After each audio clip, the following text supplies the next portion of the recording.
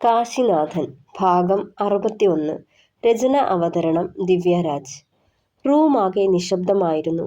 ഒക്കെ അവരോട് പറഞ്ഞു കഴിയുമ്പോൾ കാർമേഘം കൊണ്ട് ഇരുണ്ട മാനം തെളിഞ്ഞ പോലെ മനസ്സൊന്ന് തെളിഞ്ഞു കാശിയുടെ. എല്ലാവരും ഇതിനോടകം കാര്യങ്ങൾ മനസ്സിലാക്കിയിരുന്നു. കൂടുതൽ ചോദിച്ച് അവനെ ബുദ്ധിമുട്ടിക്കാനും പോയില്ല. മനസ്സൊന്ന് സ്വസ്ഥമായതും വൈശുവിൻ്റെ ലഗേജുകളുമെടുത്ത് പുറത്തേക്കിറങ്ങിയവൻ. പിന്നാലെ തന്നെ സെന്തിലും നന്ദനും ഒക്കെ കൊണ്ട് കാറിൻ്റെ ഡിക്കിയിൽ നിരത്തി വെച്ചിരുന്നു. അപ്പോഴേക്കും രാധമ്മയും ഭരതനും കൂടി വൈശുവിനെ മെല്ലെ താങ്ങിപ്പിടിച്ച് പുറത്തേക്ക് കൊണ്ടുവന്നു. എല്ലാവരും കൂടി നേരെ പോയത് പാച്ചൻ്റെ റൂമിലേക്കാണ്. അവർ ചെല്ലുമ്പോൾ അശ്വതി അവനെ നിർബന്ധിപ്പിച്ച് ജ്യൂസ് കുടിപ്പിക്കുന്നുണ്ട്. അത് കണ്ടതേ സെന്തിയുടെ ചുണ്ടിലൊരു കള്ളച്ചിരി വിടർന്നിരുന്നു. താൻ ഗൗരിയെ നോക്കി ഹോസ്പിറ്റലിൽ പോകുമ്പോഴും നന്ദൻ ഗായുവിനെ വിളിക്കുമ്പോഴും കണ്ണനെയും വൈശുവിനെയും ഒരുമിച്ച് കാണുമ്പോഴൊക്കെ ഇവന് വല്ലാത്ത ചൊറിച്ചില. ആക്കല് തുടങ്ങും. ഇന്ന് നിന്റെ പരിപ്പ് ഞാൻ ഇളക്കി തരാടാ എന്ന പോലൊരു കള്ളച്ചിരി. കൊച്ചേ മതി, ഇനി നീ അത് അവിടെ എവിടെയെങ്കിലും കൊണ്ടുവന്ന് വയ്ക്ക്. ഒരു ഗ്ലാസ് ജ്യൂസ് പോലും തീർത്ത് കുടിക്കാതെ അവളെ തിരിച്ചേൽപ്പിക്കുവാൻ ഒരുങ്ങിയവൻ. അയ്യോ അങ്ങനെ പറയല്ലേടാ പാച്ച, മെഡിസിൻ ഉള്ളതാ. ദേ കൊച്ചേ, ഇവൻ പലതും പറയും, നീ അത് കാര്യമാക്കണ്ട. ഇത്തിരി നിർബന്ധിച്ചേച്ചാ മതി. എന്നിട്ടും കുടിച്ചില്ലേൽ നല്ല പെടയങ്ങ് കൊടുത്തേക്കണം. സെന്തിലത് പറയുമ്പോൾ ചെറുചിരിയോടെ ബാക്കി വന്ന ജ്യൂസ് കൊണ്ടുപോയി ടേബിളിന് മുകളിൽ മൂടി വെച്ചു അശ്വതി. അവൻ കഴിച്ച പ്ലേറ്റുകളും മറ്റും ക്ലീൻ ചെയ്യാനായി അവൾ പുറത്തേക്കിറങ്ങിപ്പോയതും സെന്തിൽ പാച്ചനെ അടിമുടിയൊന്ന് നോക്കി. എന്തുവാടാ ഒരു വല്ലാത്ത ആക്കല്? പാച്ചൻ അവനെ ഒന്ന് കൂർപ്പിച്ചതും അച്ചു വന്നേ പിന്നെ ചെക്കനൊന്ന് നന്നായിട്ടുണ്ട്. ആകെ ചുവന്നു തൊടുത്ത് വല്ലാത്തൊരു ടോണിൽ പറഞ്ഞതും ദേ സെന്തി, വെറുതെ ആക്കാൻ നിൽക്കണ്ട. അതൊരു പാവം കൊച്ച, വയറ്റ് പിഴപ്പിന് വേണ്ടി ഇറങ്ങിയതാ. വീട്ടിൽ വേറെ നിവൃത്തിയില്ലതിന്. നീ വേണ്ടത്തതോരൊന്നും പറയണ്ട.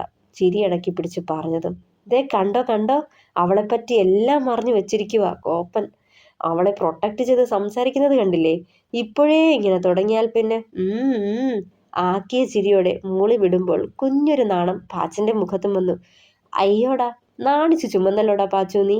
ഒരാളൊന്ന് നിർത്തിയതും ഊഴം കാത്തുന്ന പോലെ അടുത്തയാള് കാശിയായിരുന്നു. പൊന്നു മോനെ, അത്രയ്ക്ക് പാവാണേലേ, നിനക്കൊരു ജീവിതം കൊടുത്തൂടേടാ അതിന്. കള്ളച്ചിരിയോടെ പാച്ചനെ നോക്കിയവൻ വീണ്ടും.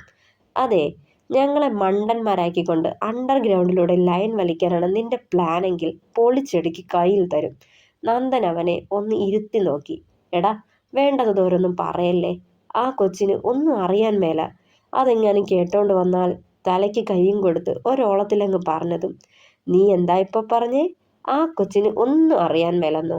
അതിൻ്റെ അർത്ഥം ഈ പറഞ്ഞതൊക്കെ നിനക്കറിയാമെന്ന്. അപ്പോ നിനക്കവളെ ഇഷ്ടമാ അല്ലേടാ? കാശി വീണ്ടും കളിയാക്കിയതും അബദ്ധം പിണഞ്ഞത് മനസ്സിലായതുപോലെ തലയ്ക്ക് കൈയും താങ്ങി ഇരുന്നവൻ. എടാ കണ്ണ, ഫുൾ ടൈം രണ്ടും ഇവിടെ തനിച്ച. നിനക്കറിയോ, അവളുടെ മെയിൻ ഹോബി ഇവന് വേണ്ടി പാട്ട് വെച്ച് കൊടുക്കല. ഹിന്ദി അറിയാത്തവൻ ഇപ്പൊ ഹിന്ദി മെലഡി കേൾക്കൂ. തമിഴ് കണ്ണിന് മുന്നേ കണ്ടുകൂടാത്തവനാ. തമിഴ് മെലഡി ഇല്ലാതെ ഇപ്പൊ ഉറങ്ങില്ല. ഒക്കെ പോട്ടെ, സാറേന്ന് വിളിച്ചുകൊണ്ടിരുന്നവളാ ഇപ്പൊ ചേട്ടാന്നാ വിളിക്കുന്നേ. അശ്വതിയെ ചുരുക്കി കൂട്ടി ഇവൻ വിളിക്കുന്നത് കേട്ടോ അച്ചൂന്ന്. ആഹാ, അതിനർത്ഥം എന്താടാ? പറയടാ പാച്ച, പറയാതെ നിന്നെ ഞങ്ങൾ വെറുതെ വിടൂല. നന്ദൻ ഷർട്ടിന്റെ സ്ലീവും തെരുത്ത് അവനെ കൂർപ്പിച്ചൊന്നു നോക്കി.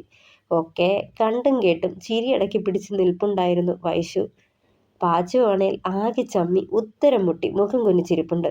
അവന്മാര് പറഞ്ഞാലും കാര്യമുണ്ട്. ഇതുവരെ ഒരു പെൺകുട്ടിയോടും തോന്നാത്തൊരടുപ്പം അച്ചുവിനോട് മനസ്സുകൊണ്ട് തോന്നിയിട്ടുണ്ട്. അത് എന്തുകൊണ്ടാന്ന് ചോദിച്ചാൽ തന്നെ പോലെ ചെറുപ്രായത്തിൽ തന്നെ ഒരു കുടുംബത്തിന്റെ ഉത്തരവാദിത്വങ്ങൾ ഏറ്റെടുത്തത് കൊണ്ടാവാം.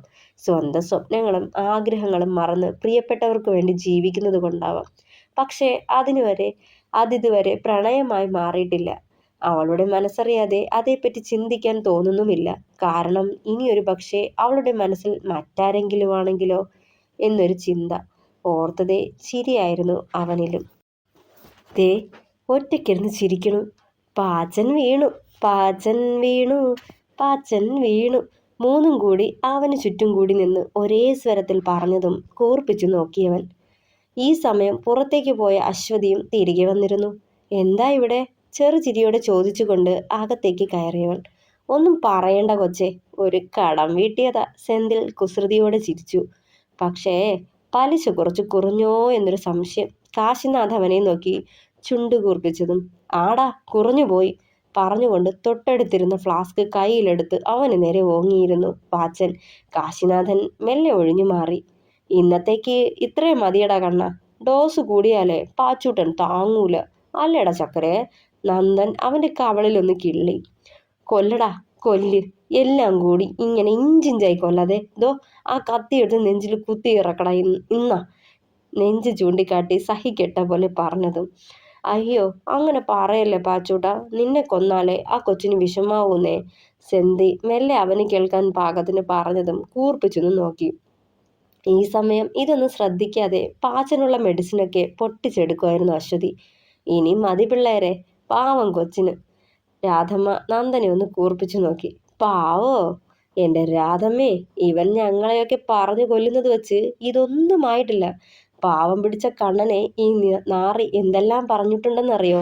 സെന്തിൽ പറഞ്ഞതും ചമ്മിയ ചിരിയോടെ കണ്ണനെ നോക്കിയവൻ. പൊന്നു മോനെ പാച്ചൂട്ടാ, ഇത് വെറും തുടക്കം, നീ ഇനി എന്തൊക്കെ കേൾക്കാനിരിക്കുന്നു.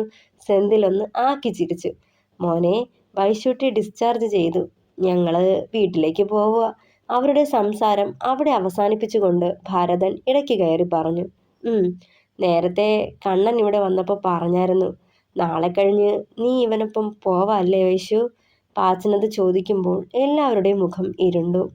ഒന്നും മിണ്ടിയില്ല വൈശു, മുഖം കുനിച്ചേയുള്ളൂ. കണ്ണേട്ടനൊപ്പം കഴിയാൻ കൊതിയാണ്, പക്ഷേ പ്രിയപ്പെട്ടവരിൽ നിന്ന് അകന്ന് കഴിയണത് ഓർക്കാൻ കൂടി വയ്യ. മനസ്സിൽ ഓർത്തപ്പോഴേ കണ്ണ് നിറഞ്ഞു. എടി നീ എന്തിനാ മുഖം വീർപ്പിക്കണേ? നിനക്ക് അവനോടൊപ്പം താമസിക്കാനല്ലേ ഇഷ്ടം? ദേ ഇതൊക്കെ ഇവളുടെ അഭിനയവാ, ഉള്ളുകൊണ്ട് തുള്ളി ചാടുമായിരിക്കും. എന്നിട്ട് മറ്റുള്ളവരെ കാണിക്കാനാ ഈ ഊതിപ്പെരുപ്പിക്കല്. പാച്ചൻ കളിയാക്കി. കാശിയുടെ കണ്ണുകൾ അവളിലേക്ക് തെന്നിപ്പോയി.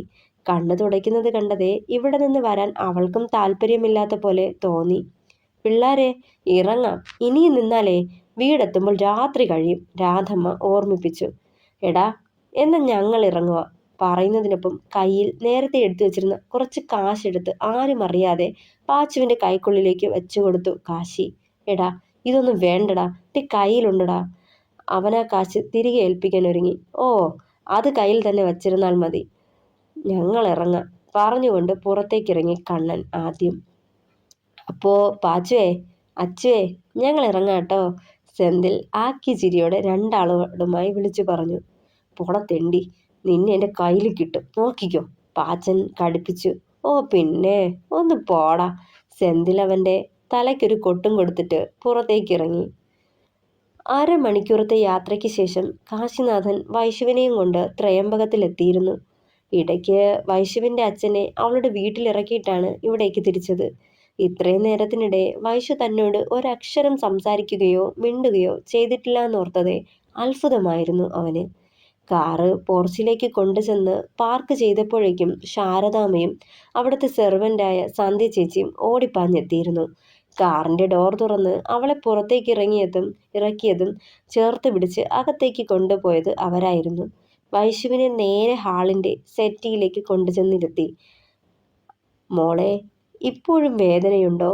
അവളുടെ കവിളിൽ തഴുകിക്കൊണ്ട് സ്നേഹവായ്പോടെ ചോദിച്ചു ശാരദാമ്മ. മെല്ലെയൊന്ന് മൂളി വിട്ടേയുള്ളവൾ. ഈ നേരം ലഗേജൊക്കെ കൊണ്ട് റൂമിലേക്ക് വയ്ക്കുകയായിരുന്നു കാശിനാഥൻ. അങ്ങോട്ട് പോകുമ്പോഴും തിരികെ വരുമ്പോഴും നോട്ടം അവളിൽ പാളി വീണുകൊണ്ടിരുന്നു. അതറിഞ്ഞിട്ടും അവനെ നോക്കിയില്ല വൈശു. നാളെ കഴിഞ്ഞ് മോള് പോകുമ്പോൾ ഞാനിവിടെ തനിച്ചാവൂട്ടോ. എനിക്ക് വർത്തമാനം പറഞ്ഞിരിക്കാൻ ആരുമില്ലാണ്ടാവും. വിഷമത്തോടെ ശാരദാമ്മ പറയുമ്പോൾ വൈശുവിൻ്റെ കണ്ണും നിറഞ്ഞു. അവിടെ ചെന്നാലും നല്ലോണം സൂക്ഷിക്കണം കേട്ടോ മോളെ. രണ്ടാളുമല്ലേ ഉള്ളൂ എന്ന് കരുതി ചാടിക്കയറി ജോലിയൊന്നും ഏറ്റെടുക്കരുത്.